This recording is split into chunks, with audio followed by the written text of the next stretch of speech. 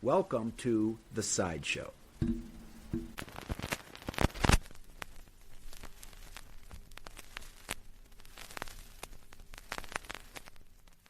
Well, welcome to another edition of The Sideshow. And we are continuing with our special focus this week on Peter Gabriel. We still have Sven with us. We've brought on some firepower for the discussions of Peter Gabriel. And we've already knocked down Peter Gabriel 3, Melt. We're now going to continue on. Mike is going to be leading the charge on yet another Peter Gabriel album. So, Mike, why don't you let the audience know what our next pick is? Thanks, Mark. Well, I'm going to talk about the first side one of the album that was released after Peter Gabriel's third solo album, known as Melt. And it was also titled just Peter Gabriel. In England. And because of the fact that Peter Gabriel had released 3 solo albums prior to his fourth, all of which had been called Peter Gabriel, when his fourth solo album was released in the United States, it was given the title Security. And while that decision may have been made by the record company before Peter Gabriel signed off on it, ultimately he didn't get too perturbed about it. And so it came, what I always knew the album because I was living in the United States when it was released, and it was called Security. And so that's always what I called it. But it came after his third album, which was released in 1980.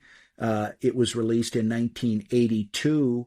And, for those that listened to our podcast with Sven on Melt, the third solo album, a lot of the things that were said about that album kind of apply to this one as well. The main one being that Peter Gabriel was doing his songwriting. I mean, the process that he used to create this music, like the previous album, was he started with rhythm tracks rather than chord progressions.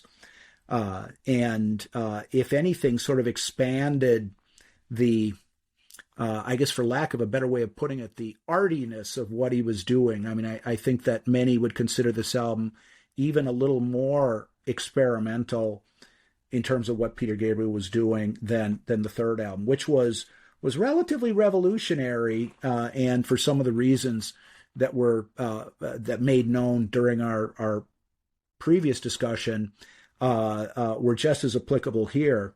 Although there was Peter Gabriel's biggest radio hit up until that time came off of this fourth solo album, Shock the Monkey, which is on side 2 of this album. We're going to be talking about side 1. And the Peter Gabriel's, we did a fair amount of discussing Peter Gabriel's time with Genesis and what he was doing over the course of time where he recorded his first 3 solo albums. As I said a minute ago, kind of continued the process here. And in my opinion, the artistic high point of Peter Gabriel's career were these 2 albums, Peter Gabriel 3, Melt, and his fourth solo album known as Security. Now, he was going to go on in 1985, when he released his album So, which was just a massive popular success and a critical success for the most part. Had hits such as Sledgehammer, Big Time, In Your Eyes. Songs that were just massively popular. In Your Eyes was sort of the cornerstone of a Cameron Crowe film, Say Anything, for example. Sledgehammer became known as kind of the quintessential MTV video. Big Time got, AM radio airplay, and other songs as well. Red Rain and That Voice Again, for example. It became ubiquitous on the radio. Yeah. And after that, Peter Gabriel was he was a major, a Michael Jackson, Bruce Springsteen, Bob Dylan level artist, popularly speaking, internationally known, etc. When I saw Peter Gabriel perform live, the only time I ever saw him perform was on his tour following the So album. That was in 1987 at the Marcus Amphitheater in Milwaukee. One of the best concerts I ever saw. Fabulous performance, great music, etc., etc., etc. And over the course of this time, between the release of this album and Peter Gabriel's larger success and on into the future, he really was expanding his breadth as an artist generally. He started what was known as the WOMAD Festival, which I believe it started in 1982, around the time that this album was released, which is World of Music, Art, and Dance, I believe is what the WOMAD acronym stands for. Eventually, and this I think wasn't until after So was released, but he started what's called Real World Records. And he just became someone who was known not just for his work as a musician, but also as just a concerned citizen of the world. World music was something that he started to focus on. Just he kind of put his foot in the water with his third solo album.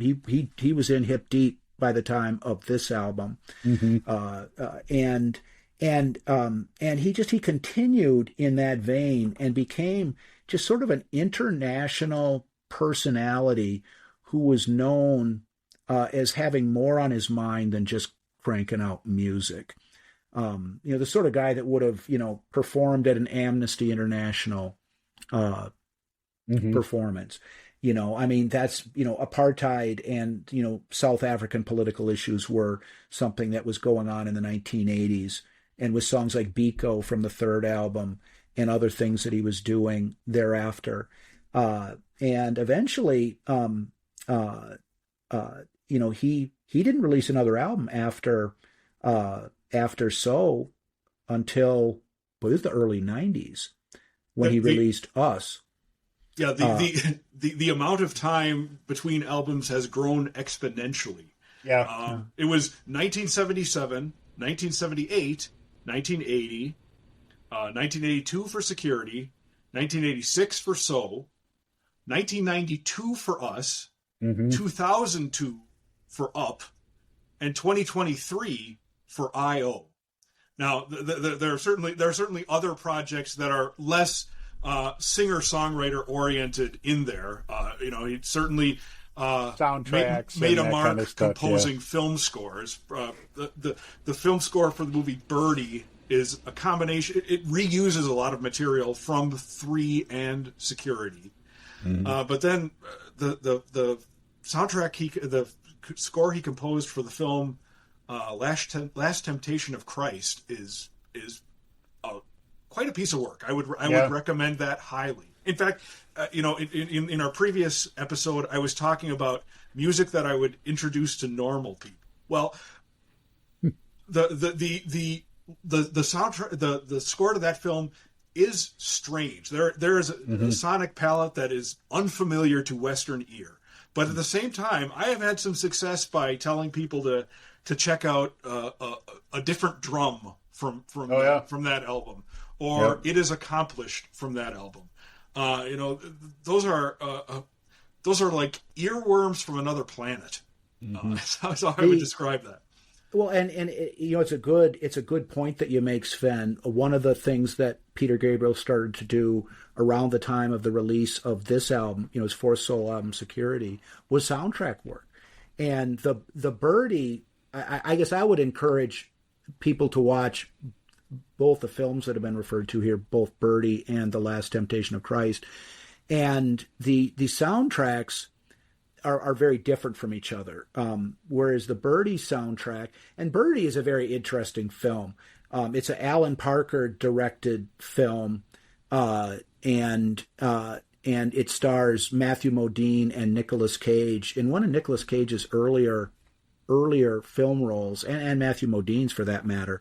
And it really uses sort of instrumental versions of some of the songs on this album, Security. I mean, particularly Rhythm of the Heat and Wallflower.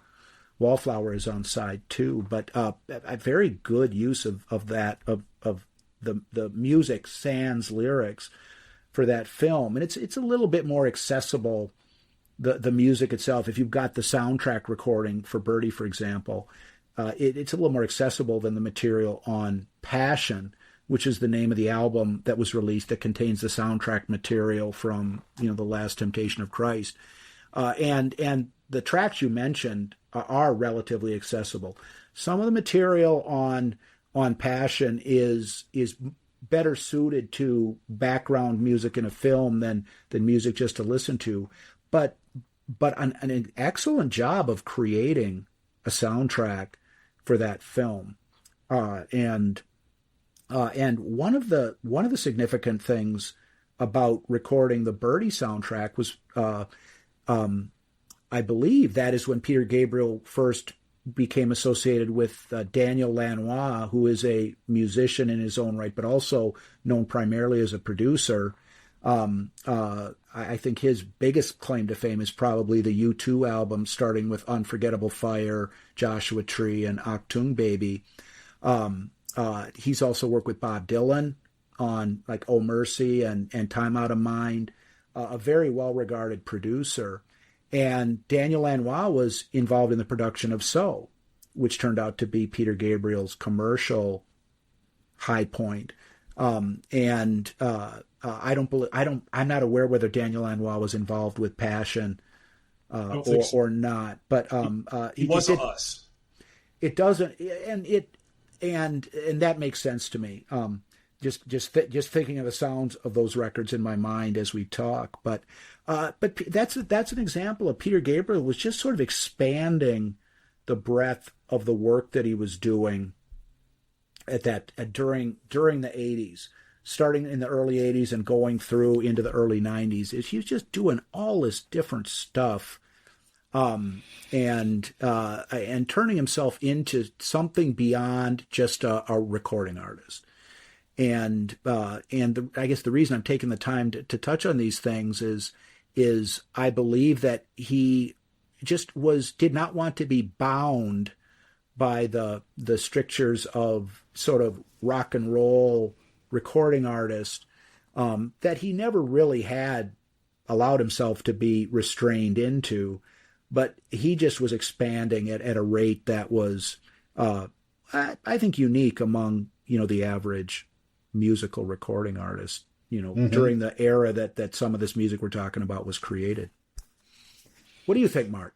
Well, I think, first of all, there's a couple things that hold true if you look at all of Peter Gabriel's music. I think there was some themes that go way back to before he was in any bands or whatever. There was some very strong spiritual type of influences on him. He says the first music he listened to was hymns, right? As kind of the foundation for what he was doing. Now, I listened to a lot of Peter Gabriel's music, including music on this album, and religious hymns is not what comes to mind, right? However, there is just a continual theme of let's say religious or spiritual tones that pops up throughout his career. We just talked about this, Passion and The Last Temptation of Christ. I would think that it demands a certain amount of spirituality to try to put music to what was happening there. Heck, the name of the band Genesis.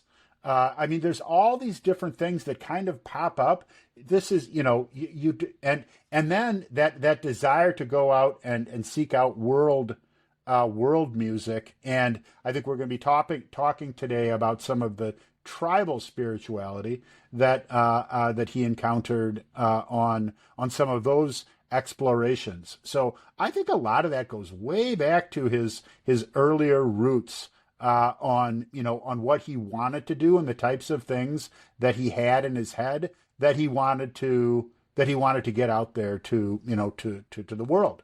And he also along the way, especially later on, put out some very conventional and very popular hits. But, you know, deep in there, you hear a lot of this experimentation. And I think a lot of that goes way back to I wouldn't say it was a religious, I'd say it was more of a spiritual type of thing that was with him from day one of the musics that we've heard from him. Well, and when you talk about singing hymns, I mean, and you know, some people will say, well, what's the difference between, you know, being religious and being spiritual? And I think it's, you know, different religions have different doctrine, different dogma, et cetera. But I mean, singing hymns, it's like you've got a group of people who are together and they're singing. They're not talking. They're singing together in just a common, unified form of expression that's directed towards their spiritual faith. Mm-hmm. And that is something that can be common to any particular religion or the rituals or practices that a variety of different religions engage in, whether it's prayer, worship, or other forms of religious ritual. Mm-hmm. And I think ritual is kind of a good word to that Peter Gabriel uses, and it's certainly not used by Peter Gabriel in any kind of pejorative sense. I mean, it's an act that multiple people engage in together as part of a community. Mm-hmm.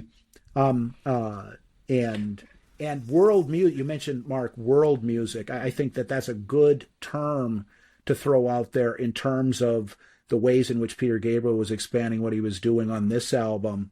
He was even more world music elements and looking at different cultural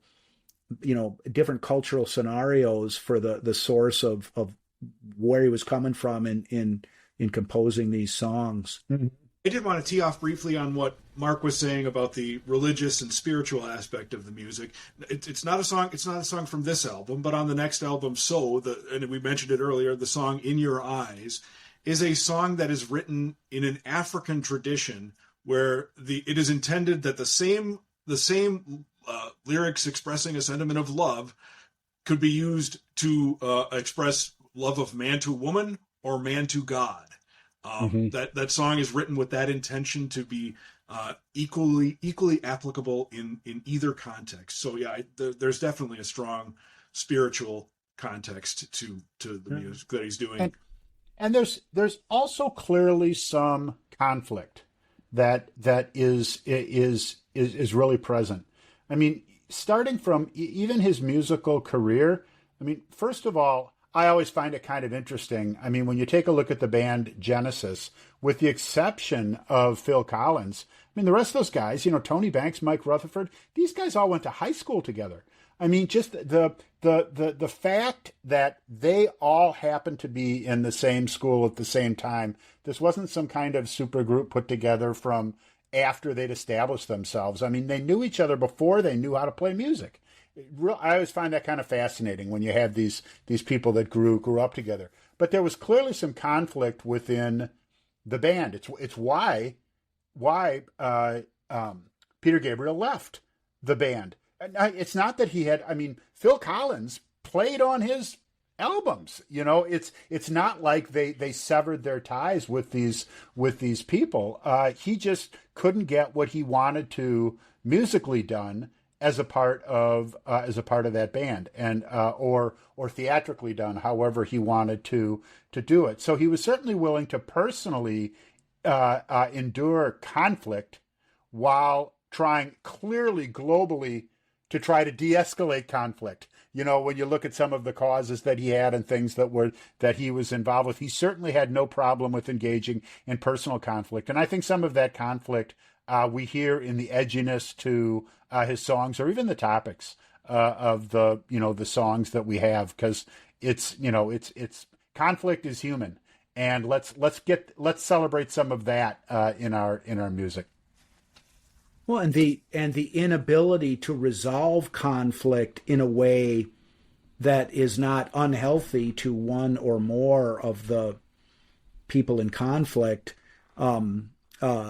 is sort of it's like, look, there is going to be conflict, says Peter Gabriel, between the lines.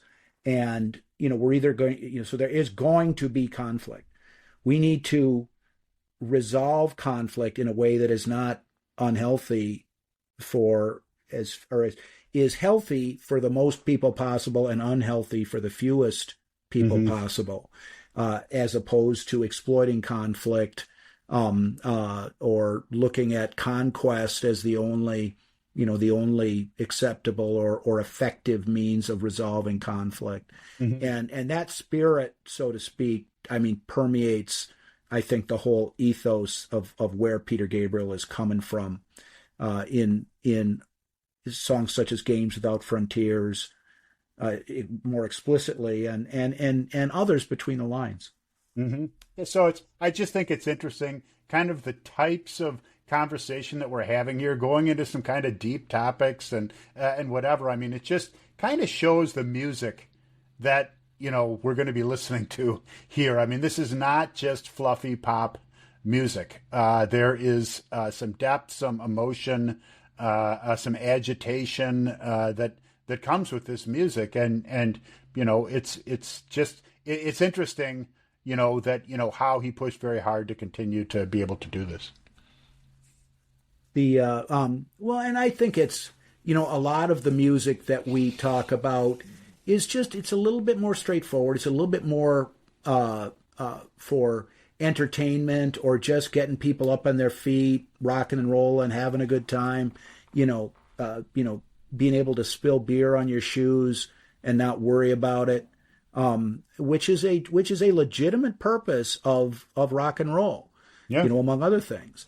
But I like to characterize Peter Gabriel as an artist more so than just a straight musician, because there's so much art involved in his creative process and the finished product when he's produced. We did a podcast recently, Mark and I, about Patti Smith's debut album, and I think it was Mark that kind of happened upon it. It's that, like, look, she is an artist.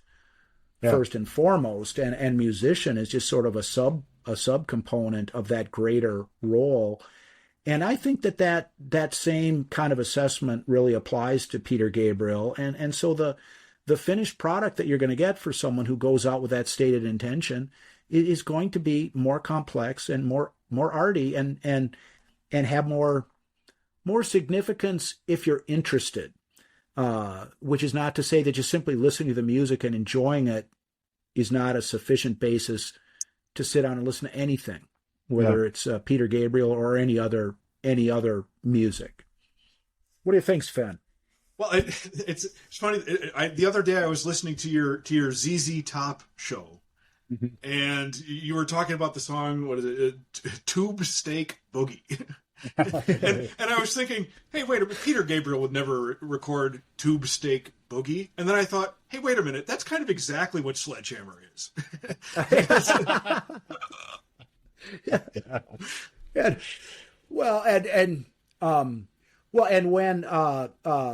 When I saw him perform in Milwaukee in 1987, one of the songs that he performed was Big Time off of So.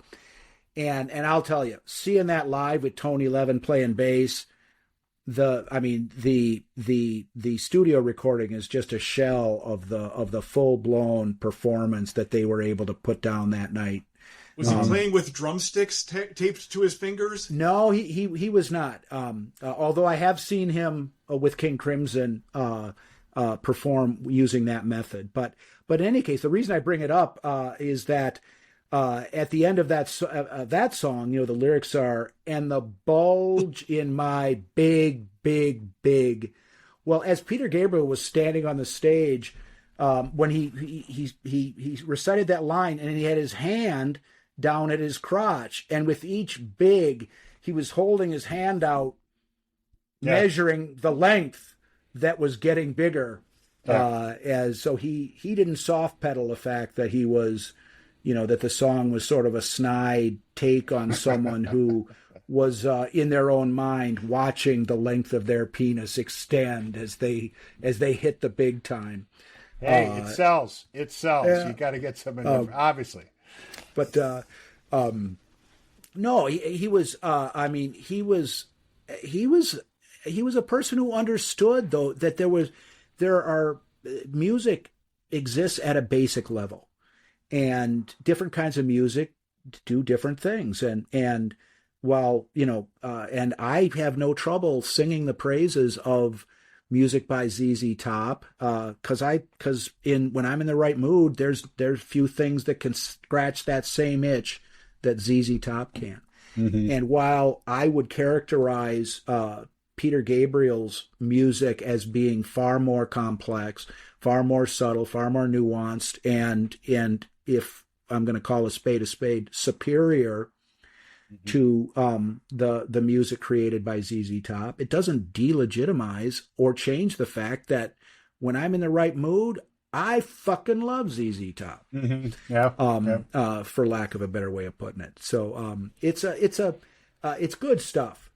Yeah. It's good stuff for if you like music. It's good stuff if you have concerns about sociology, psychology, anthropology, or just world affairs in general, along with, like I say, just getting into the sound, because there is some intense just sound on this album, and especially on side one that we're going to be talking about shortly, and perhaps right now is the time to start talking about the subject of our podcast, and let's dive in. And I've got a copy of the album cover here. As you see, it just says Peter Gabriel in the same lettering as the previous album up in the corner. I don't know what the heck that's a picture of. Whether it's it looks like a tribal mask of some kind. I think it's a picture of Peter Gabriel himself that's distorted through a bunch of different things. There's an interesting story behind that. They didn't use hypnosis for this. My understanding is that it is a tribal mask, but distorted through. Is it a photo of the mask from a TV screen or something like that? Yeah, it's weird. It whatever the effect is, and on the back of the album, there's sort of it's a much more indistinct image of the front cover, and then there are two images that looks like Peter Gabriel. And he is biting on a tube as if he is undergoing electric shock treatment. That's how I see those photographs. Mm-hmm. And then it lists the tracks. It lists the tracks on the album as well. As was already indicated earlier, I mean, this album came out in 1982, and Peter Gabriel was still. I was aware of him because I'd heard material off of the third solo album. And so when it came out, I was aware of it, and I can remember hearing it at it wasn't really, I wouldn't call it a party, but a group of people were hanging out at someone's house, and there was music playing. And I thought, what is this? Because it sounded, I didn't know what it was. And it sounded it was unlike anything I'd heard. Oh, this is Peter Gabriel's new album. I hadn't heard Shock the Monkey yet on the radio. And so eventually I gotta check out this guy, or I gotta check out more from this guy, because I had not become the Peter Gabriel fan by that point that I eventually became, later in the 80s. Mark, I mean, you would have been in Germany with in the service when this came out. I mean, was this on your radar screen at that time? No, not at the time. The album wasn't on my screen at the time. I said, the single was, but the album itself, I didn't actually start listening to this album until we were rooming together in Madison.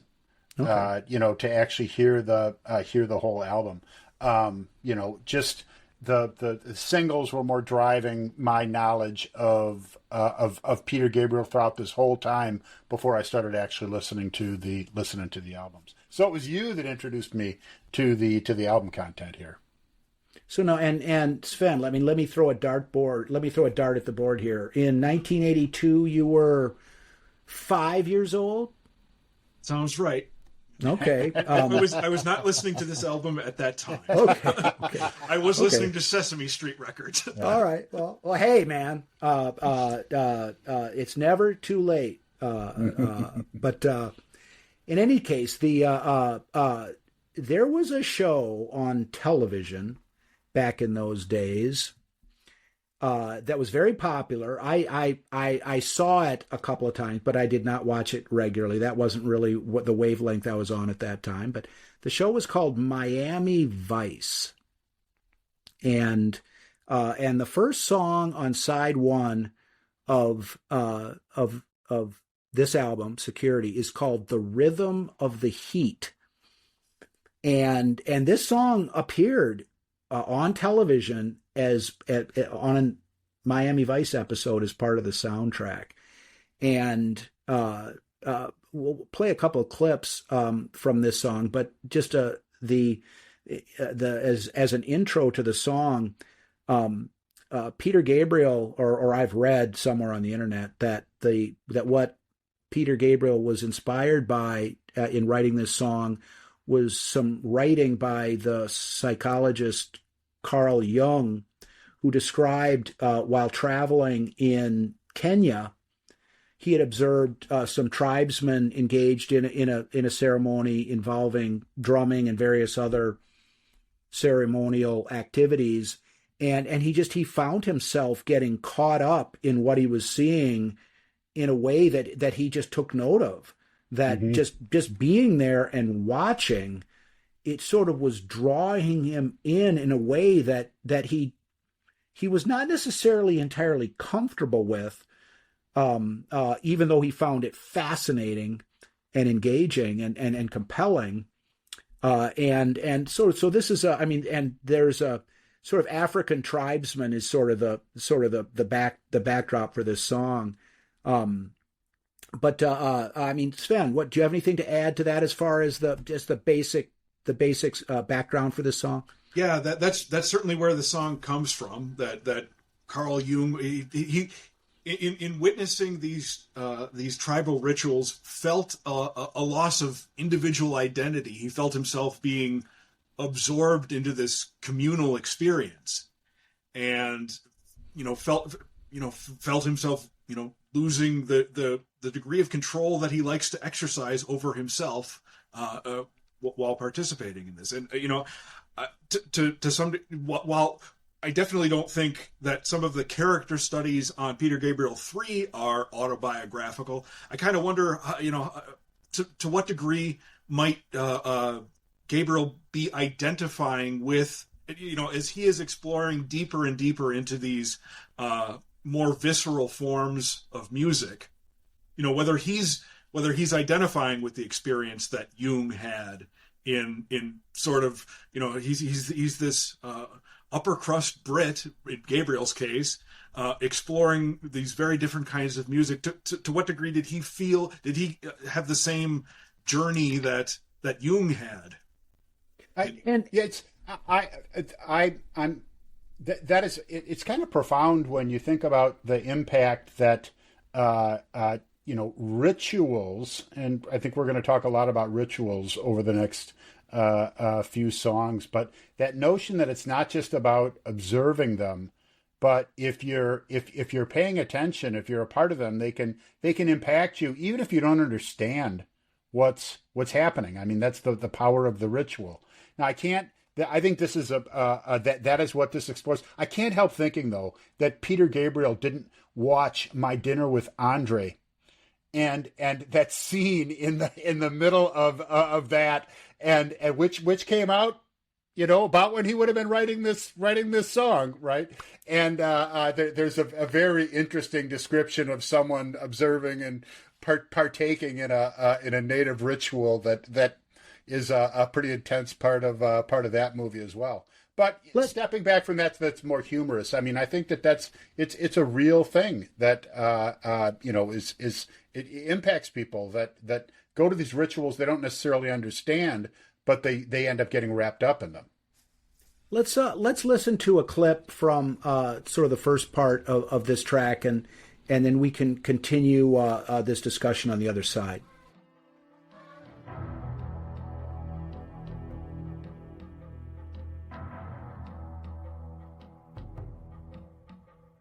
The land here is strong, strong beneath my feet. It feeds on the blood, it feeds on the heat. The rhythm is below me, the rhythm of the heat. The rhythm is around me, the rhythm has control. The rhythm is inside me. The rhythm has my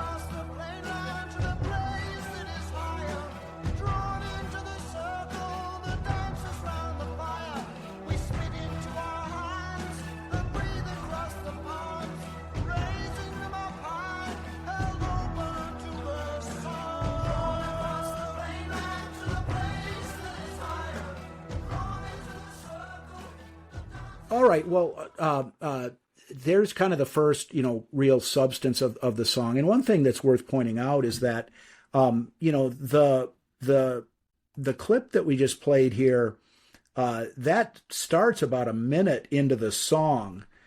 And because one of the things that Peter Gabriel does very effectively in his music is he kind of sets the tone. And sometimes that involves a very slow arising of the motif that's gonna basically be the song. And so I didn't want to have our listener just sit there for a minute of sort of slowly building atmosphere. But that is something that when you listen to this side, and this isn't, you don't get shortchanged on this side in terms of length, but there's only 4 tracks. Yeah. And so they're of sufficient length where you get your money's worth. But so there was a kind of a slow build up to the tension of the song, and then the song continues to build. You hear that drawn across the plain land to the place that is higher. And it really starts to capture that feeling of being drawn up into something, that we were discussing earlier about not just Carl Jung's experience, but also probably Peter Gabriel's own experience in creating what is not just an individual experience, but a group experience. And you go to I used to go to a Grateful Dead concert, and the members of the Grateful Dead used to talk about the idea of group mind as what they were trying to create. And there's certainly, you go to a Grateful Dead concert and, it's relatively easy in that situation because everybody has, or not everybody, but most everybody has sort of drank the Kool-Aid, so to speak, and finds it easier to kind of all think along the same lines. But you have this feeling of the music starts and everyone is getting into the same rhythm and everyone's getting on the same wavelength and everyone's kind of getting drawn into the same thing. Now that's just more of a benign, I think, a more benign, let's party and dance and feel good for a couple hours. Whereas sort of the spiritual aspect of the African rituals that are, sort of the inspiration for this song. But you already in this, in this first clip of the song, feel music that's kind of building and inviting you to sort of jump in and become a part of it. Mm-hmm. Yeah. And I think that is an interesting point about, the notion of building from very quiet, to your point, when this was played on an album, you would sometimes worry if you'd gotten the album, actually onto the song, and it wasn't just tricking the beginning. Patience in as the song, comes into hearing and then builds up, and then becomes something that's very, auditory in everything that's going on. A very clear impression of the world music and the drumming that is such an important part of world music, and quite frankly, which is such an important part of most of Peter Gabriel's music in bringing this in. And just an auditory, spatial experience listening to this song. One thing I would add is just, and this is as good a place as any to put it in, because this is one of the more world music influenced tracks on the album. Kind of a term that is used nowadays. I don't think it was used so much in the early '80s. Was cultural appropriation, of using the music of other cultures and incorporating it into your art. Mm-hmm. But I watched contemporaneous interviews with Peter Gabriel dating back to 1982 at the time of this record, and he very clearly uses the word "I am stealing." I am stealing rhythms from other places, and with that, it is my intention to break out of the standard rock format that we would find in Europe and America. I want to be exploring some additional colors, and I'll steal to do it. Yeah. Well, and in this album, in some ways, was not unlike, for example, Paul Simon's Graceland is what I was thinking about. An album where Paul Simon specifically set out to expose American listeners or just other listeners to South African forms of music, and more like pop music. The kind of music that would be played, that real people would play for each other, and whatnot. And while this is not, that wasn't necessarily Peter Gabriel's purpose, and I don't think that's what he set out to do. He was, as you say, Sven, he was using these types of music to help himself expand his own artistic and musical palette. But I think that the effect was similar, that, like, who's playing drums on that? And just sort of generated, for me, it's true, some interest in world music. Now, I didn't start out in going buying albums left and right of so-called world music, but things like Talking Heads' Remain in Light, for example. These were where Western or European or American artists were utilizing world music, African rhythms and whatnot to very good effect. And Peter Gabriel was just using it in taking it not so much putting it into a different context, but just taking it as it was and making it part of his own music. And the second clip, which showcases the highlight of this song and was used very effectively in the movie Birdie, in its soundtrack, and it just really shows just how much African music was being stolen here. So let's listen to this and finish up on this song on the other side. Sounds good. Smash the radio. Smash the watch. Smash the camera. The rhythm is around me. The rhythm has control. The rhythm is inside me. The rhythm has my soul.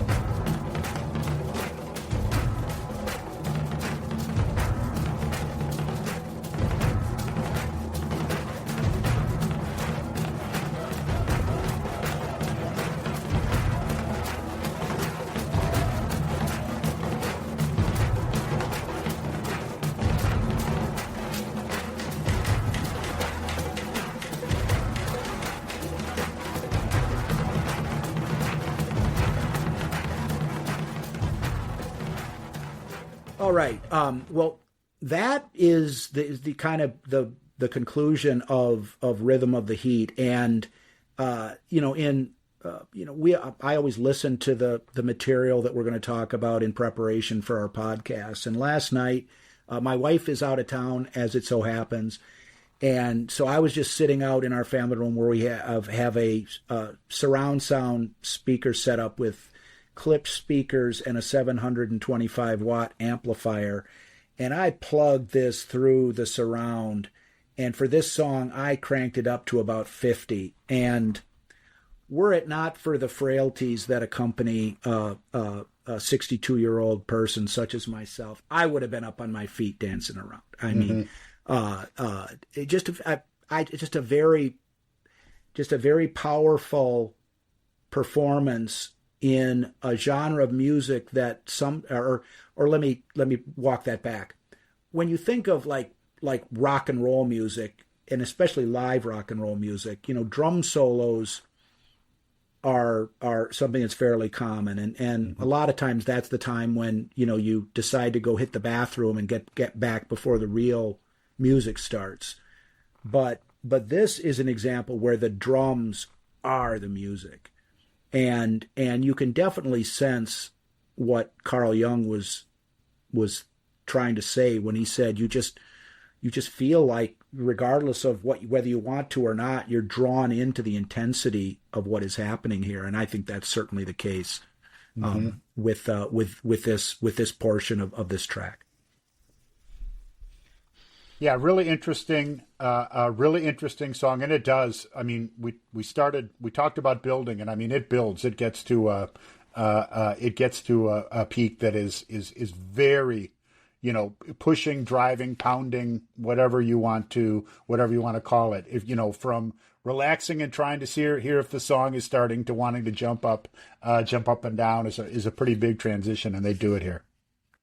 In 2016, I saw again at the Summerfest grounds, a co-headlining tour with Peter Gabriel and Sting, and "Rhythm of the Heat" was the opening song to that show, and they were co-headlining, but they were not. It was not one went first and then did their full set and then the other did their set. They were alternating songs within the set. And so it went from this song, "Rhythm of the Heat," to Sting doing "If I Ever Lose My Faith in You," and it was the kind of change in pressure that you might get the bends from. Well, they did not.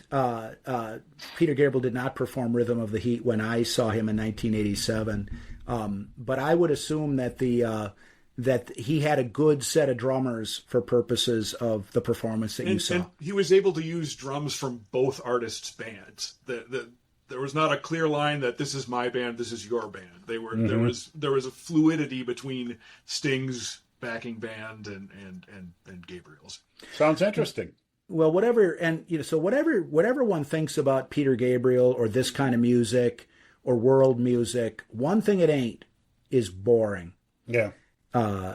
Because that if that kind of drumming can't get your blood pumping, well, I guess I don't understand. Moving on to the next track, which is called San Jacinto, and as it so happens, this was the opening song that was performed when I saw Peter Gabriel at the Marcus Amphitheater in 1987. And it's one of my favorite Peter Gabriel tracks. It's a very interesting, complex, very spiritual song in my estimation. And it comes from a Native American, the Native American spirituality is the basis for the lyrics to this song. And is basically describing a Native American, and makes reference in the very beginning of the thick cloud steam rising, hissing stone on sweat lodge fire.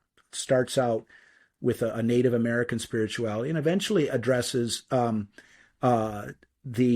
Native American culture confronting and its spirituality confronting sort of the consumerism of the modern world that was in existence, at the time that Peter Gabriel was creating this music, in a way that I think is very respectful of the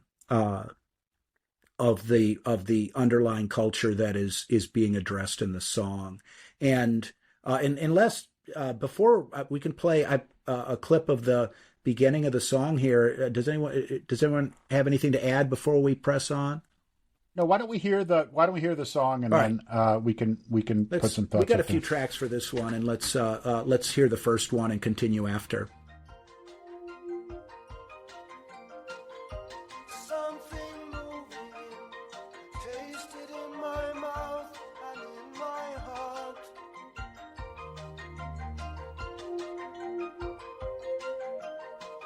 It feels like dying slow.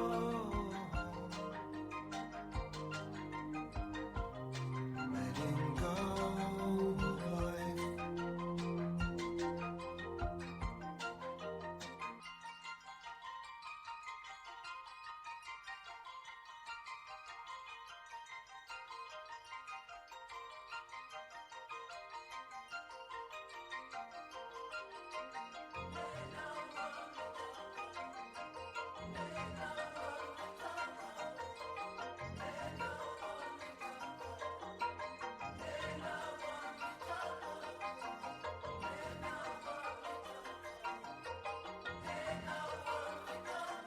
Medicine man, lead me up through town.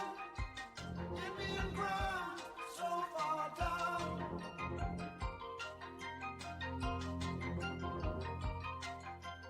Caught up and beach as a bull. Kids wearing water wings, drinking cool.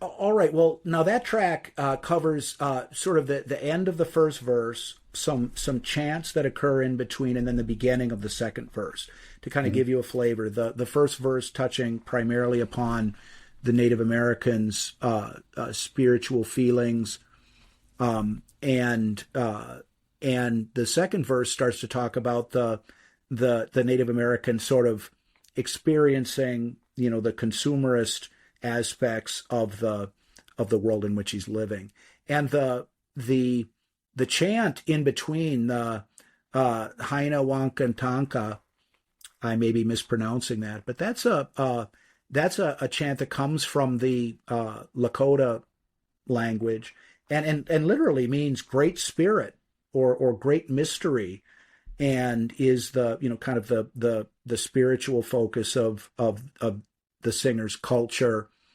and makes some fairly snide comments in the second verse about the nature of the culture that is rising up around them as it relates to the lives of the actual Native Americans that the song is talking about.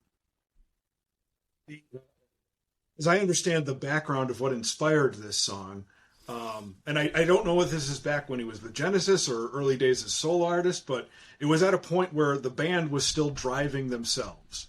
And during a tour in America, they were checking into a hotel, and the person who was helping them with their bags was an elderly Native American gentleman who, just as an aside, tossed off the fact that my apartment is burning down even as we speak.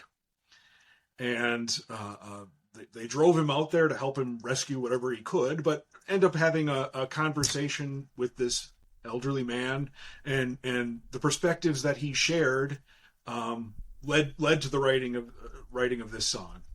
Interesting.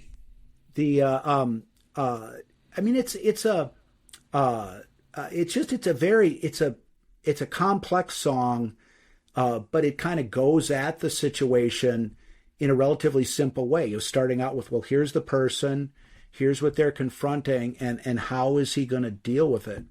And the the second clip, and why don't we just play it and we can talk about it? But it gets to that issue of, well, how is the singer going to respond to this dilemma that he's seeing? How does our culture and spirituality fit into this modern world that is rising up all around us? And we can continue after. Okay. Way above us, the desert snow, white winds blow.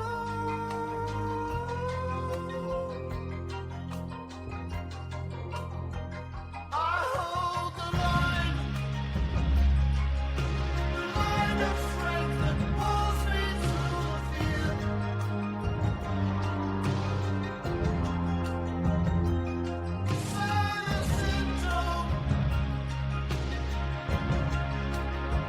I hold the line.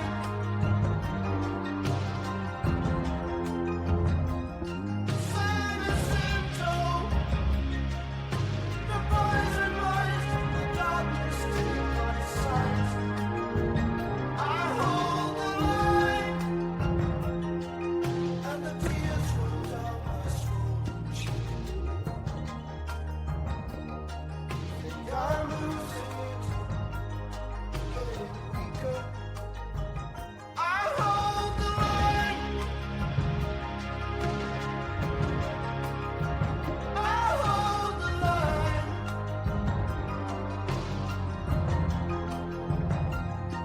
Shine a cento. Yellow eagle flies down from the sun. From the sun. All right, what is he going to do? He's going to hold the line, or at least he's going to try. And I don't necessarily know the specific significance of the San Jacinto, whether that's a place or a person or whatnot. I mean, it evokes sort of the southwestern United States and that sort of landscape. But it's, I hold the line of strength that pulls me through the fear. And it appears that he's going to go about doing that by just continuing, to the extent possible, to live life as he always had, and remain true to himself. But he's not necessarily confident, because as the tears roll down my swollen cheek, think I'm losing it, getting weaker, but not defeated. And I'll tell you this, and this song is about 7 minutes long, 6-7 minutes long. And it was just a very powerful opener for a show. And when they get to that part, I hold the line, it was loud. And this was 1987, so this is nearly 40 years ago. So, my memory may be flawed, but it's not outside the realm of possibility that my friends and I had ingested some hallucinogenic chemicals before we went to the concert. Maybe would have brought you right in line with the culture. I think that this song does a really good job, again, of building. There's a building in this song, because as we hear the beginning of the song, there's almost when I first hear it almost sounds like Oriental chimes, but it's more geared on clearly on Native American culture, and even the way the lyrics start. He just kind of takes little elements of the culture: thick cloud, steam rising, buffalo robe, just all these different pieces that makes it clear he's bringing pieces together from the Native American culture to kind of set the stage, and then begins more, storytelling and ultimately to the ultimate goal or strategy of holding the line. So, just interesting storytelling. And again, it's almost like stream of consciousness of the things that he was thinking of as he was putting his thoughts together for for this song. And then musically, yes, a great building to a little more power than it starts with. And I certainly there's nothing lyrically to suggest that that the song is about, a peyote ritual or anything like that. Although that was a part of the Native American culture in the Southwest.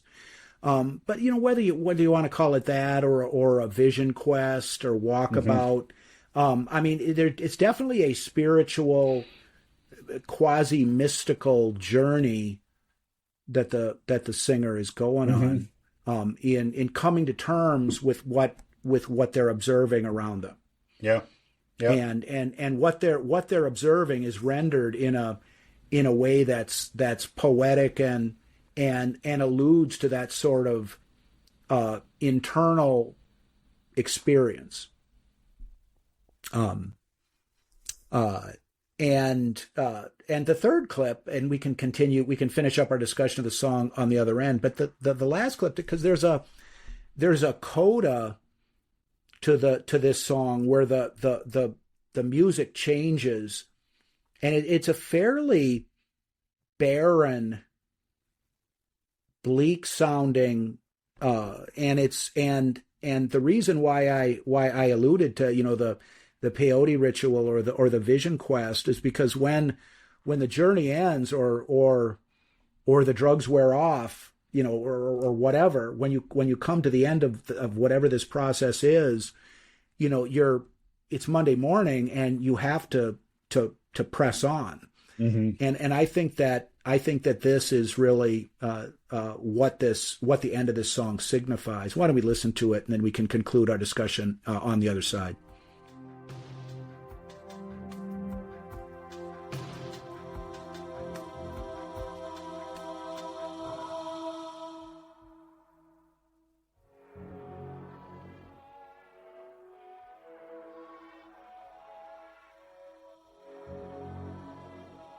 We will walk on the land.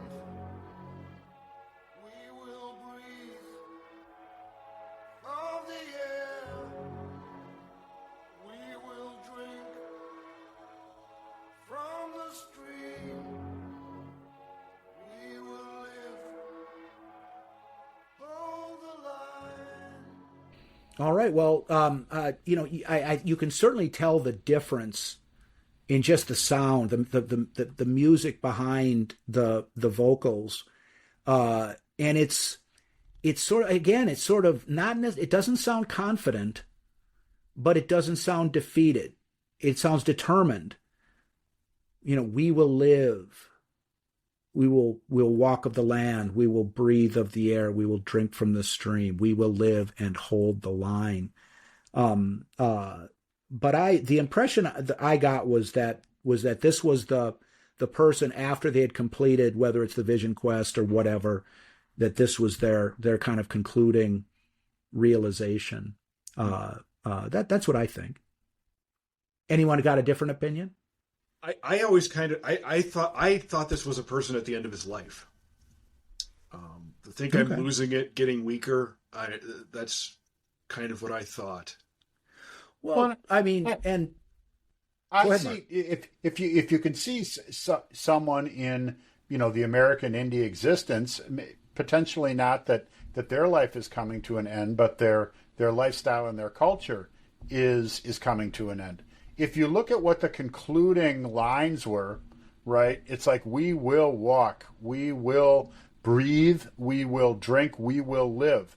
Someone that's making that type of pronouncement, that would indicate that those things were in doubt, that they would be able to walk, that they would be able to breathe, they would be able to drink. So, I could clearly see how that notion of end of life is there. I think that they may be staring at the end of their existence and their culture, and then this is a kind of a rally to drive on and hold the line as they move forward. That's kind of what I appear, kind of the larger American indie existence. Well, but it certainly fits with the narrative that things are coming to an end.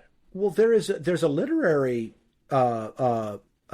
reference that kind of ties in with what Sven said. I mean, the Jack London story, The Law of Life, which is basically a story told from the perspective of an elderly Eskimo who's basically been left by the fire, and the rest of his tribe, his group, leaves because he's gotten to the point where he's more of a burden than an assistance, and it's sort of like, you've lived a good life, you've provided for us, and now we are going to be able to continue, and goodbye. and hope the fire lasts a while. I mean, that's kind of what it's about, and the story is told from the perspective of the, what is it, Old Koshkush? I can't remember, but it's and that's consistent with what Sven is talking about. Now, I would tend to agree with you that the lyrics suggest, prevailing and continuing on, but the tone is definitely consistent with I've done all that I can do, and the next generation is going to have to ultimately address these issues. There's legitimacy to that. Yep. As far as I'm concerned. Interesting story about sort of the soundscape we hear at the end of the sound, that it almost sounds like winds over a plain. In our prior episode, I talked about how Peter Gabriel was starting to experiment with the Fairlight synthesizer that allowed sampling of real world sounds, and there's some fairly entertaining footage available on YouTube of Peter Gabriel and a few friends walking through a garbage dump, just picking up various objects and recording sounds. There's several unsuccessful attempts to break television screens. It turns out that it takes a little more mustard, than you'd think. But then another item that was captured in the garbage dump was blowing through an old rusty pipe, and that is the sound that is sampled at the end of this song that creates sort of that wind soundscape. That's rusty garbage. I mean, there you go. I mean, that is, and I would never have been able to figure that out just from listening to the record or to the CD, whatever. But it also explains just the unique, otherworldly. How did they do that? What is it? Where did that come from? And that's just an interesting process. How many artists, in the movie Bohemian Rhapsody, they showed Queen recording in the studio, and they picked up the chocolate milk colored metal wastebasket in the floor of the studio and put the microphone in there, and they were trying to do these creative things. Okay, that's great. There's they were coming up with ways, given what was around them, to make the music. But I'd say this is a little, what you described, Sven, is a little more, that delves a little deeper into the whole idea of how can we create unique sounds and put them on tape or put them on a digital recording medium, which I believe this album was recorded digitally rather than on an analog tape. How can we create the sound that we're going to commit to disc or to tape? And that's a good example of why I consider Peter Gabriel to be a heavyweight in this regard. Is he what the heck, let's check it out, and it provided something for this song, which is, as I said, one of my favorites. So San Jacinto. Moving on, the third track on side one of Security is called "I Have the Touch," and this is the most conventional of the songs on this album. And why don't we I just got one clip prepared for this album. Why don't we listen to it? It goes from the beginning of the song, and we hear the first couple of minutes, and then we can continue our discussion on the other side. Let's do it.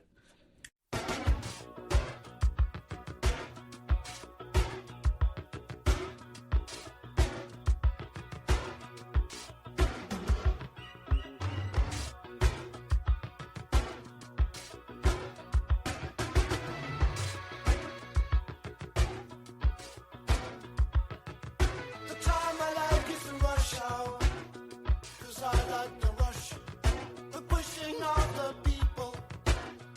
like it all so much.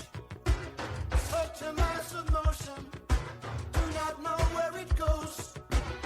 I move with the movement, and I have the touch.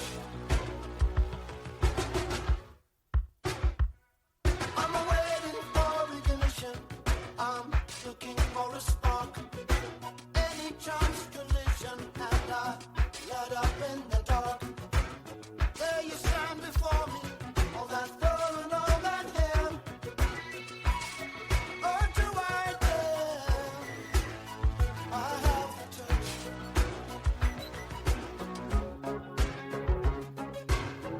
Wanting contact, I'm wanting contact, I'm wanting contact with you. Shake those hands, shake those hands. Give me the thing I understand. Shake those hands, shake those hands. Take hands, take hands. Any social occasion, it's All right, now this is a song that is more like a song you'd hear on the radio. This album was produced by Peter Gabriel, and he had a co-producer whose name I don't recall off the top of my head. It wasn't David Lord. David Lord. Yeah. And someone not as well known as, for example, Steve Lillywhite, who was the producer of the third solo album that we discussed on the last episode. But this song, it almost has that Steve Lillywhite kind of quality to it, and is a little bit lighter in tone and subject matter than I Don't Remember, for example, from the third album. But this is just this is a song that it's easy to understand where he's coming from. I mean, he's involved in the world, and there's there's a million people on the street, and like everyone's trying to get into the subway or the tube or whatever, but nobody's really talking to each other. And so amongst all this humanity, I still need contact. Yeah. I need to have the touch of another person and whatnot. And he does it in a very accessible way. So he's speaking about something that's important and meaningful, but in a pretty straightforward sense, and dare I say it, a more conventional rock song, even though it still has that undeniable Peter Gabriel signature on it.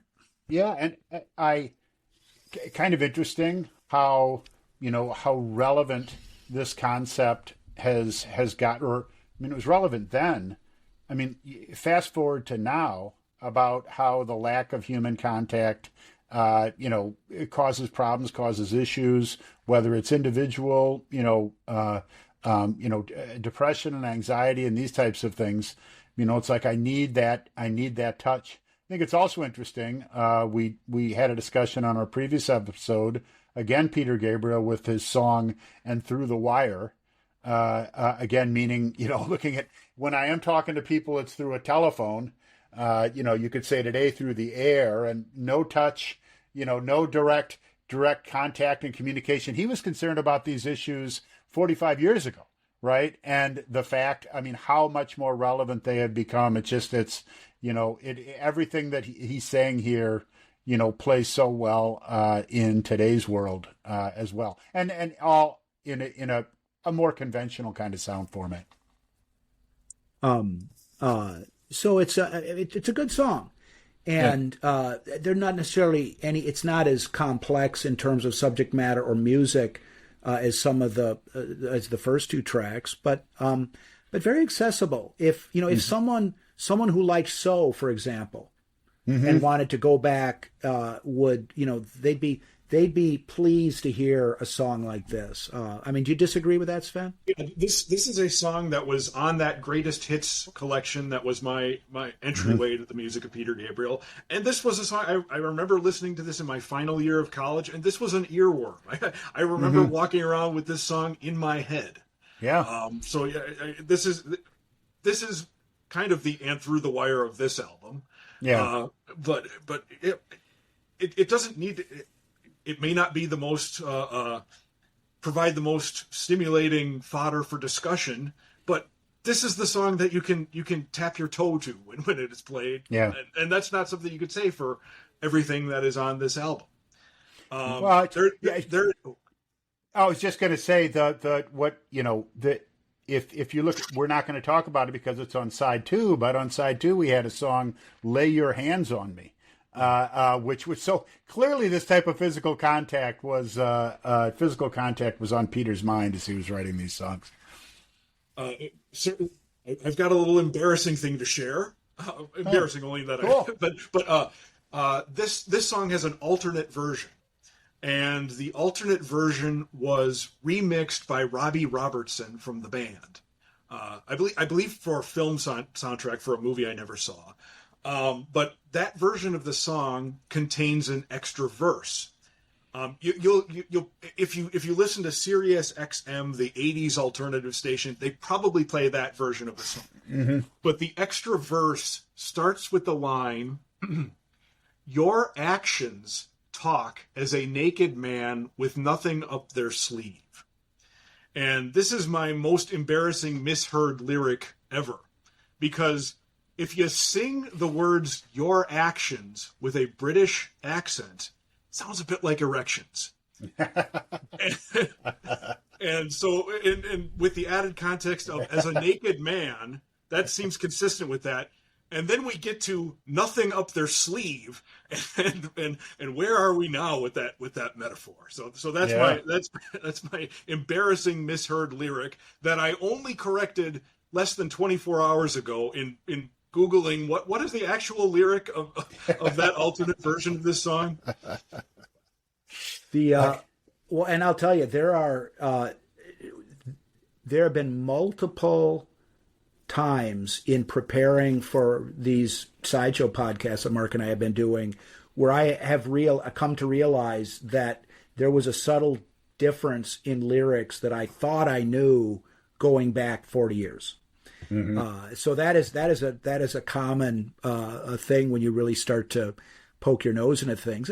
And we're talking about how this is kind of an accessible song, but it still kind of has that edginess, and it wasn't in the clip that we listened to, but there's a kind of a bridge where Peter Gabriel sings, "Pull my chin, stroke my hair, scratch my nose, hug my knees, try drink, food, cigarette, tension will not ease, I tap my fingers, fold my arms, breathe in deep, cross my legs, shrug my shoulders, stretch my back, but nothing seems to please, I need contact." Mm-hmm. And so he sort of tightens things up a little bit and kind of, puts a little bit of an edge so he can draw some blood to it. That's not the best way to phrase it, but so he can make his point, how, you can try all sorts of things, but nothing replaces actual contact. And, you mentioned, "Lay Your Hands on Me." They did perform. They performed "Lay Your Hands on Me" when I saw him, and he laid down and allowed himself to be passed around by the crowd, and he got a ways away from the stage, and by the time he made it back to the stage, I mean he was shirtless. I mean, so we're talking about some of the members of the audience were a little presumptuous. He wasn't harmed or mishandled or mistreated by any member of the audience. But I thought it was a very bold act of faith to trust this audience of however many thousand people were at this concert to literally put yourself in their hands. And it showed that Peter Gabriel was willing to do something that most insurance companies would probably tell a rock performer, don't do that, or your insurance policy, your premiums are going to go up if you continue to let these fucking people lay their hands on you. But he did it. He did the performance. He was about the performance. Yeah, and and when he got back up on the stage, you'll hear he's got no shirt, and because Lay Your Hands on Me, a lot of magnitude of sound in that track, and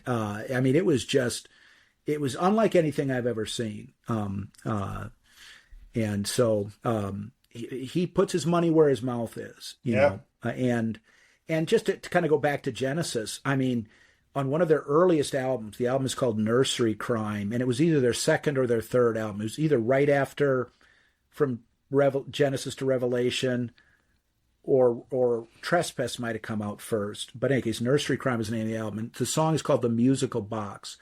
And at the very end, it's like a 8 or 9 minute track. It's a lengthy track. And at the very end, Peter Gabriel comes back and just, I've been waiting here for so long. And he eventually sings, why don't you touch me, touch me, touch me. And then he goes, now. And it is one of the most plaintive cries for contact that I can think of in kind of rock era music. Mm-hmm. So the human touch is something that's very important to Peter Gabriel, and it's reflected in this song. Moving back into the sinister, or more. I don't know what the right word is, but the final track on side one of Security is called The Family and the Fishing Net. And for those of us that have been married and gone through that process with a conventional wedding ceremony followed by a social reception, one might think that Peter Gabriel takes a dim view of that process. And while I don't think that's the case, Peter Gabriel is someone who's been married in his life, has had children, and I don't think that's where he's coming from, but he is definitely exploring and pondering the ritualistic aspects of the marriage ceremony, and just to kind of to establish the tone, I got a few clips that we are gonna hear. Let's listen to the first clip, which basically covers the beginning of the song, and then we'll continue our discussion on the other side.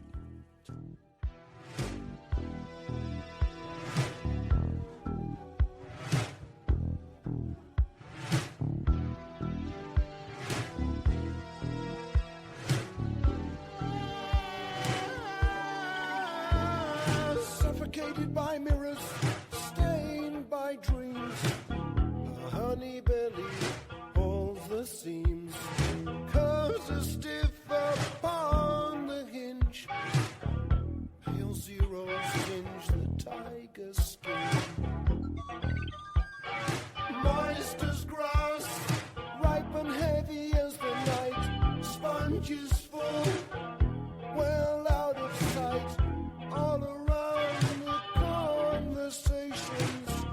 I sing on the warm fresh cake. All right. Well, and again, and this clip started about a minute into the song, and the tone is just kind of dark, mysterious, and and doesn't really make direct reference to the wedding ceremony at this time, but her honey belly pulls the seams, curves are stiff upon the hinge. I think he's referring to the bride in a tightly fit wedding dress. Is what I think he's talking about. What do you think, Sven? This song I have less of a handle on than anything else on this side. I am there with Peter Gabriel on his strangest of experiments, but this one still kind of weirds me out, this song. Well, I look at this when you've got a belly pulling the seams of a wedding dress that is someone who is potentially pregnant while they're being married. In other words, this may not be a marriage of choice, which can explain some of they're talking about the different parts of the ritual, as they're happening, but there's kind of a little kind of the worried father, that's in here. They'll talk about later. They talk about, other aspects of this that are, just not quite right. It's not this happiest, brilliantest of day, right? That is occurring. So I get a sense, especially when you're talking about the family and the fishing net. Fish normally don't like getting caught, right? I mean, there's, when you use language like this. So I get the sense that we're talking about a marriage that is not necessarily one that is fully of choice of all the parties involved, which creates that type of slant that you just feel with what is otherwise normally perceived as a gloriously happy occasion for a family. That's my thoughts. And so it's just that that's the first part of the song. Now I've got another clip, because the song kind of picks up and gets a little more into what's happening here. So let's listen to this next track, and then we'll continue after.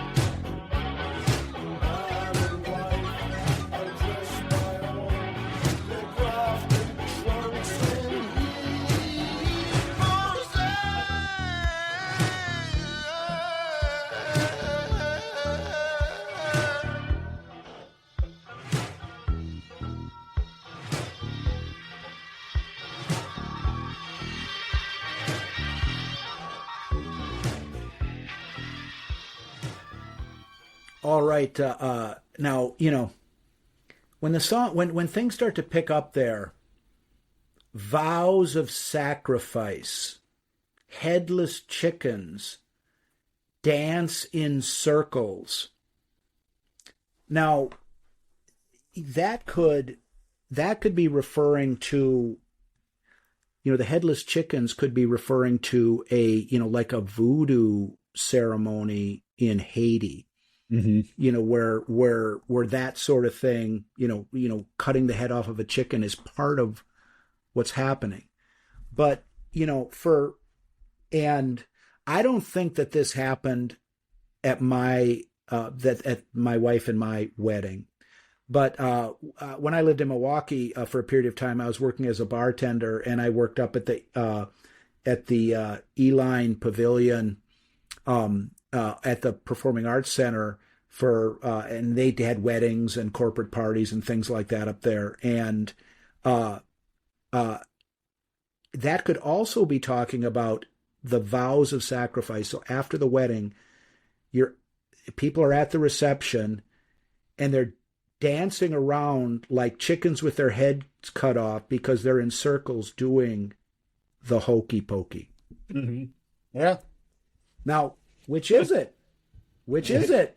Voodoo in Haiti, hokey pokey in Milwaukee, or the chicken dance, or the chicken dance. Yeah. I bet.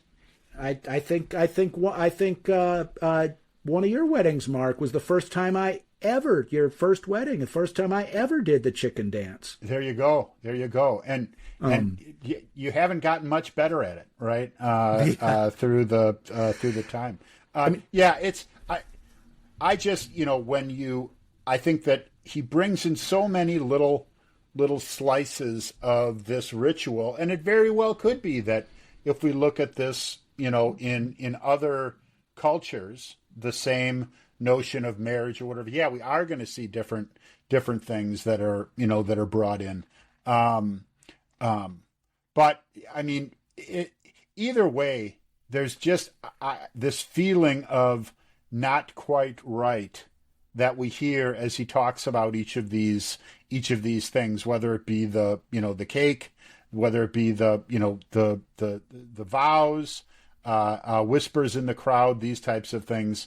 There's always just a little slash of negativity that seems to be rearing its head as we go through here.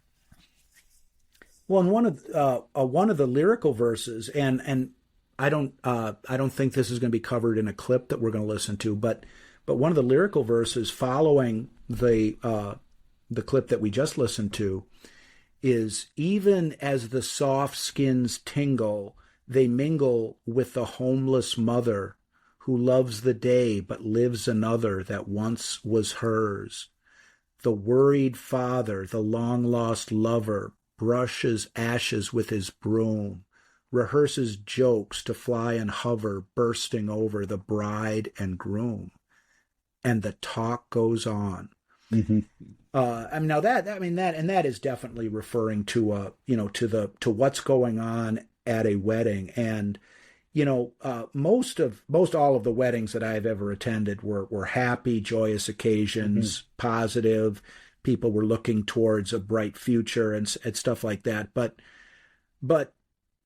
that doesn't change the fact that what you were saying earlier, Mark, is true.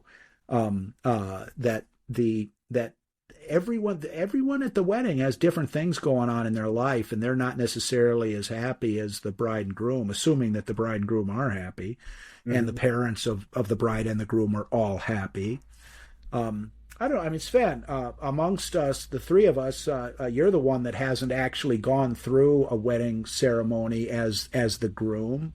And this song is not a sales pitch for doing so.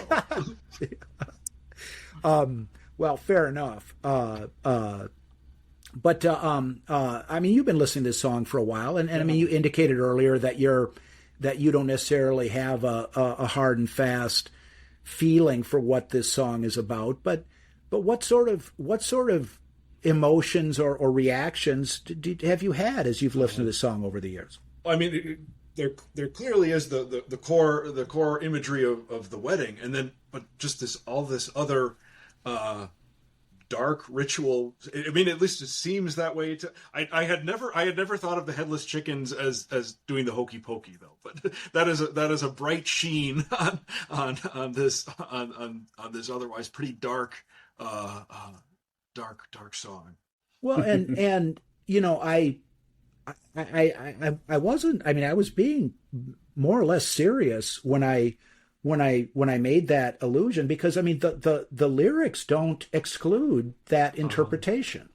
Number one, but on the other side of the coin, as I indicated, I don't recall that the hokey pokey was done at when my wife and I had our reception after our wedding. It may have been. I don't recall that it was, but I do recall being at a corporate party that was held up in this E-Line Ballroom at the Performing Arts Center in Milwaukee. This would have been about 1985.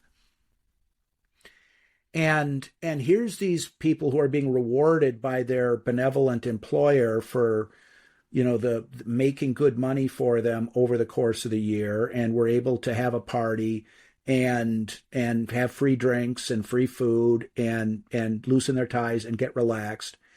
And here they're doing the hokey pokey.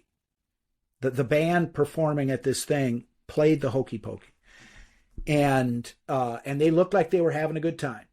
But I recall standing there in my wing-tipped shirt and bow tie and black apron with my hands behind my back, thinking, because I hadn't graduated college at this time. Before I decided to go to law school, my path into the future had yet to be defined, and I recall, is this what's the reward?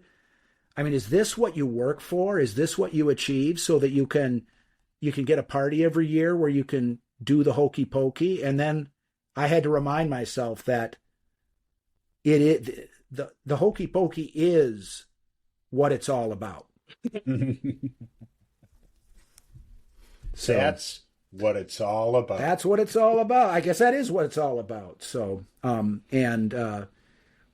I mean, more seriously, because Peter Gabriel, he saw more in the backdrop besides the hokey pokey. Yep. I'm sure that wasn't what he was thinking. But we'll play the last clip, and here this is sort of the last pitch for the sale that Sven wasn't buying, and we'll continue afterwards. The lifeguards, whom the winter saves. Silence falls, the guillotine. All the doors are shut. Nervous hands grip tight the knife in the darkness till the cake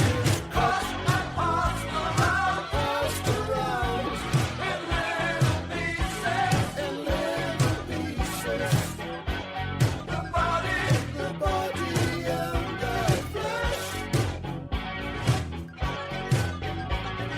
family and the fishing nets. Another in the mess.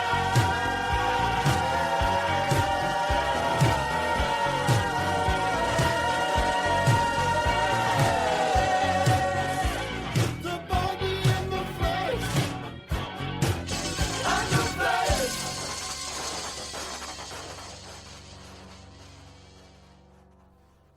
All right. Now, if there was ever a jaundice take on not just the marriage ceremony or the rituals that accompany the two people getting married, whether it's dancing or whatever it might be, but this part of the song really makes it seem like marriage is something that is somehow bad, somehow not good, not a good thing.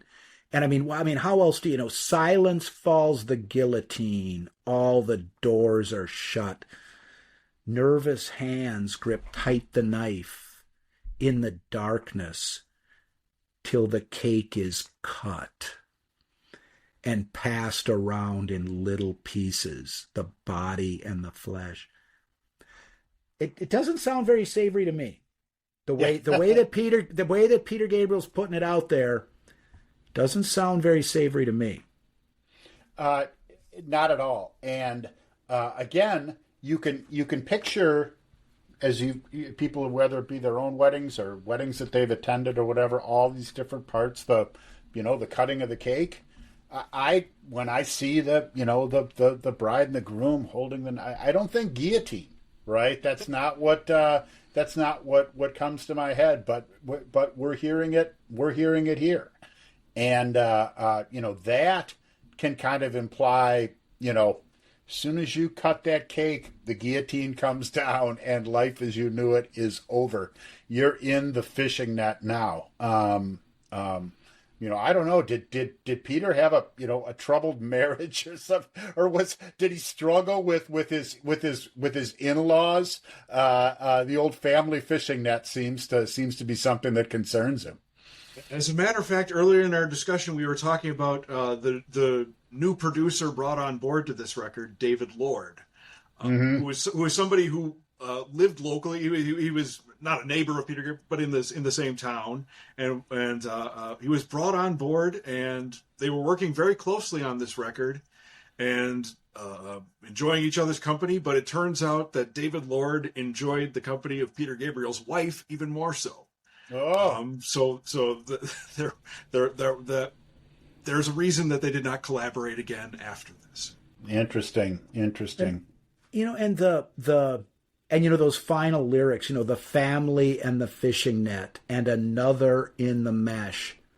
And it's sort of like someone's, life has caught you in its net, and, you have succumbed to the trap of life, And for someone who is, especially someone who is either going through a problem in their marriage, such as an adulterous affair by your spouse with your producer, and when around the time that Peter Gabriel left Genesis in 1975, there were issues in his marriage.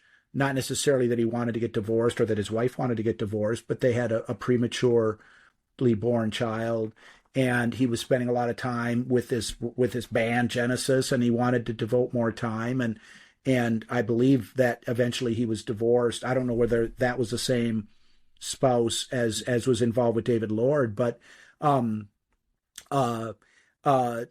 are people in this world who, through no real fault of their own, have found themselves in an unhealthy marriage, and that needed to result in divorce if everyone was going to be able to live happy lives, and if this song was being recorded around the time when Peter Gabriel was potentially going through a second round of disillusionment with the success of a marriage, it's not because I had to deal with divorce a lot in my work before retirement, and it's a process that happens regularly to good people, and it's unpleasant, and it results. Some are more amicably resolved than others, but and I know people who have had relatively amicable divorces, but it's something that's accompanied with emotional turmoil. Yeah. And can create cynicism and pessimism, and certainly the tone of this song suggests as much. And when he refers to the body and the flesh, Peter Gabriel is the sort of person who, at the end of the day, I think acknowledges the fact that all humanity, that various frailties are part of being a human being, and that bad things happen to good people, and that mistakes are made, and forgiveness is the best way to respond. But at the moment he was putting this song together, that wasn't his attitude. Nope, not at all. This is not this side. The side one of Security does not end on the relative high point of the last album with a more or less positive expression of affection, and lamenting the fact that we have to settle for a phone call to actual contact. Here, it's almost like he's saying, don't get caught in the trap, almost. Yeah, exactly. Not an upbeat end, but the whole album side has been, kind of challenging. I don't mean challenging to listen to. I mean him challenging, these different notions. There's things he's thinking about and wants the listener to think about it, and it's done with some really interesting and different and complex music that goes along with it. So I think it creates not only a good side of music, but some very thought-provoking topics as well as you go along. And if people don't want to have their thoughts provoked and just want to listen to some music, well, this side has it. And if you want to dig a little deeper into it, it's got some things to think about as well. Well, and I'll tell you that because he performed this song when I saw Peter Gabriel in 1987, mm-hmm. and I'll tell you, it was a fantastic performance, because this song, it starts kind of atmospherically, builds in intensity, and I mean at the very end there, where the song is really picking up, and another in the I mean, he had that whole crowd in the palm of his hand mm-hmm. at that moment, because it just kind of built up and went from kind of a moody, atmospheric, almost ambient type piece to something that was almost like rocking out. I specifically recall it from the show as being, wow, that was intense. Well, an intense concert, I'm sure, an intense album, and certainly an intense side of an album, and a great discussion. And I'd like to thank Sven for joining us.